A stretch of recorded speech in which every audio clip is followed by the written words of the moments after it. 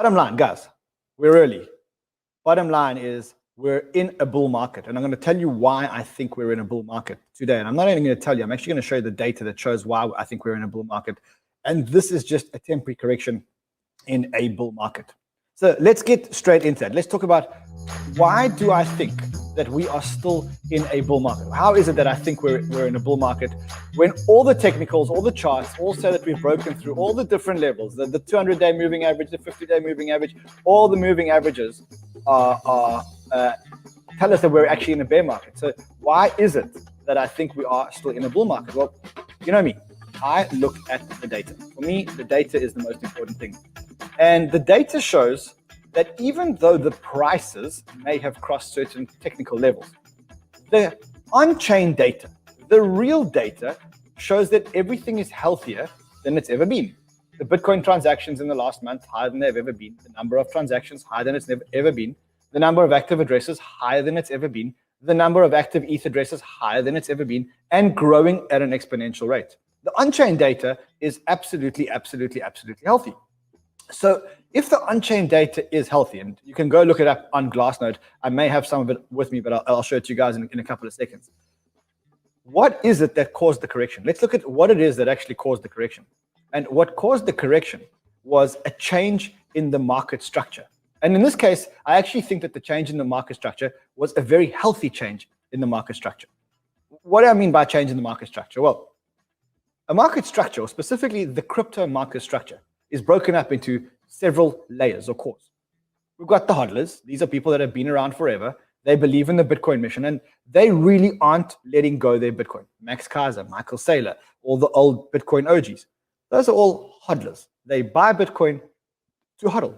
They just want to hodl Bitcoin to protect their assets against inflation and whatever else. Above the hodlers, you've got a list of investors. Now, these investors are looking to invest money to make a return on their money. So it's funds, it's individuals who, on top of hodling, also want to make a return on investment. And so what they do is they invest money in the market. And around them, you've got a layer of speculators. And the speculators come here to speculate, to put money down and to try and make money speculating on the market. And the fourth layer that you've got in this market are gamblers. The gamblers come here, and literally what they do is they come here to gamble. And in a market structure, every single one of these layers is super important.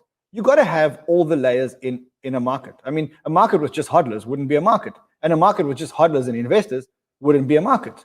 And a market with hodlers and investors and speculators wouldn't be a market because it doesn't move fast enough. So in a good market, what happens is the layers are all in equilibrium. There are just enough hodlers, just enough investors, just enough speculators, and just enough gamblers. And yeah, guys, the gamblers are a very important part of a market structure because what they do is they cause price discovery on assets. They take assets that are undervalued and they cause price discovery by gambling on them or investing in them or putting down money on them. And so every layer is super important. Now, let's look at what happened in this correction. Remember, we've got the hodlers, we've got the investors, we've got the speculators, and then we've got the gamblers. The gamblers are unhealthy. Speculation is less unhealthy, investors is more unhealthy, and hodling is, of course, the healthiest. Let's look at what happened in the market structure. And for this, I want to show you guys the actual data. We were over leveraged. We know this. We've spoken about this a million times. We were super over leveraged. And then what happened is all the leverage blew up. And if you look at what Glassnode says, look at the charts over here. The charts show that the short-term holders, the gamblers, the speculators, if you look at all these guys, the short-term holders over here, they have gone down. Who has been buying their coins? The long-term hodlers, the accumulators, and the miners, which means that the miners are finding Bitcoin cheap for the first time in a long time. So all we did here was we shook out the gamblers, we shook out some of the speculators, and we put the market into some kind of new equilibrium.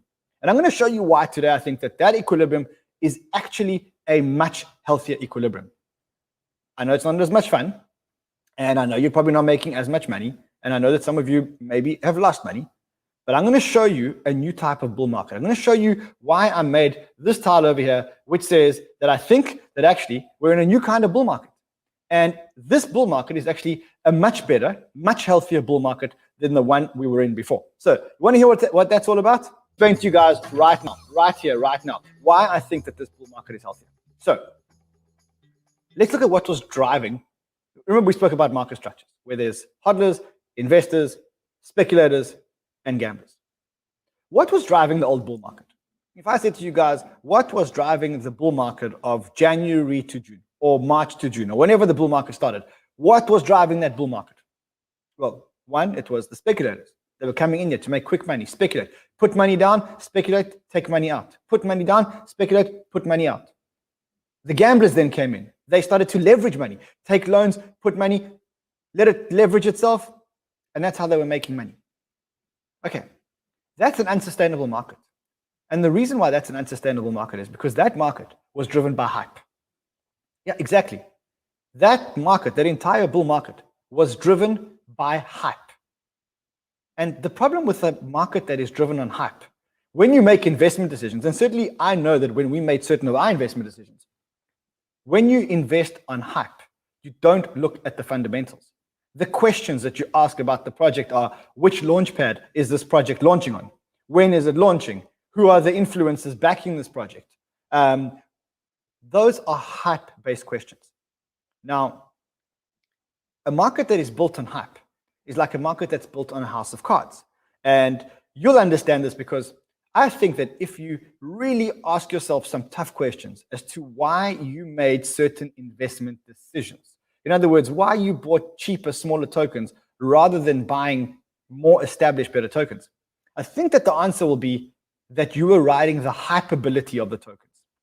You thought that the token would do 1000x because of hype, not because it was a good token, not because it was actually great in fundamentals, great in technology, great in adoption, but you thought that the token was going to get lifted on hype. And as a result, what you used to do is you used to invest, you used to go to bed, you used to wake up in the morning, and the first thing that you do is open up your CoinGecko and see that the hype was still there. The hot air, the hype. What happened when we exploded this market is that we took out the hype. And what you'll notice today is that no matter how much hype there is behind a project, the price of the project is not going to go up. I mean, we can talk about any token that we want. We can release news articles on any token that we want. We can release as much hype. Any influencer, any news channel can talk about hype as much as they want. The price of the token isn't going up. What is going to take tokens up in this market is tokens that are fundamentally sound, have amazing technology, and have network effect. And that's why if you look at certain tokens in this market, tokens like, for example, in fact, let's call up some of these tokens so that you can have a look at them, and let's see how the hype tokens are doing against the non-hype tokens. And I want to share the screen with you and show you guys the difference between the hype tokens and the non-hype tokens. So let me share the screen and show you guys the hype tokens versus the non-hype tokens. Okay, so let's talk about Celsius. How many of you invest in Celsius? Celsius is a no-hype token. It doesn't have hype. It's a strong community of hodlers. Look at where Celsius is. In fact, let's call up the 90-day chart on Celsius. And remember, we've had probably the most brutal 90 days that we've ever had in crypto. Celsius is touching all-time highs. How do you explain that? It's very simple. Celsius is not a hype-driven token. I want to share. Let me share this with you guys. So let's look at Celsius. Here we go. Celsius, I think you guys can see the screen over here now. This token today, here's the 90-day chart. Look at that, touching all-time highs. What is the difference between this token and 95% of all the other tokens? It wasn't powered by hype. Let's look at some other ones that are on this list where I think showing you guys that when you've taken out the hot air in the market and the hype in the market, it actually all comes down to tokens that are doing amazing things. Let's look at Solana. We've spoken about Solana a hell of a lot. Okay, Solana is at 37.27. Now, where most tokens have gone down over 50%, Solana hasn't even gone down anywhere near 50%. In fact, Solana has gone back to levels which it first touched in April, a month ago, a month and a half ago. The same thing if we look at Matic. Let's look at Matic or Polygon.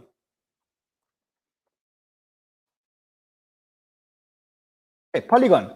When was the first time that Polygon saw the levels that Polygon is trading at now? At $1.62. When was the first time in the history of Polygon that Polygon hit $1.62?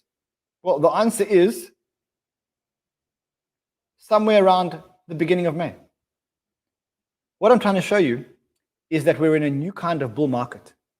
In this bull market, it's not being driven by hype. This bull market is being driven by fundamentals, by adoption, by tokens doing cool things. It's not driven by hype anymore. And the reason why that's such a great market to be in is because we're not taking such risky investments that are based on hype. And those investments can fall over with a sneeze. It's a house of cards. Right now, you're forced to make decisions removing the hype factor. And when you make decisions removing the hype factor, you make much smarter investment decisions. You're not carried away by who else is investing or all the FOMO, but you're actually buying good quality stuff. And if you buy good quality stuff, those kind of returns are going to remain with you right through the bull market and beyond. And even if we go through some turbulence, you kind of know that Cardano, Solana, Celsius, Matic, Luna, Arweave, all those tokens are actually going to be here and actually going to survive and actually going to come out stronger. And that's why I think that this may be a healthier bull market. Yes, the other bull market was more fun. Yes, we made 100x's and 1000x's and 50x's. And I think those days may even come back. But for now, we've got ourselves a different bull market. And this bull market is driven by fundamentals and not driven by hype. And when you go to sleep at night and you wake up in the morning, you're not worried that your tokens have gone to zero. You know that Cardano is not going to zero. Cardano is at $1.70. And that's why I think that this bull market is way, way, way, way, way healthier.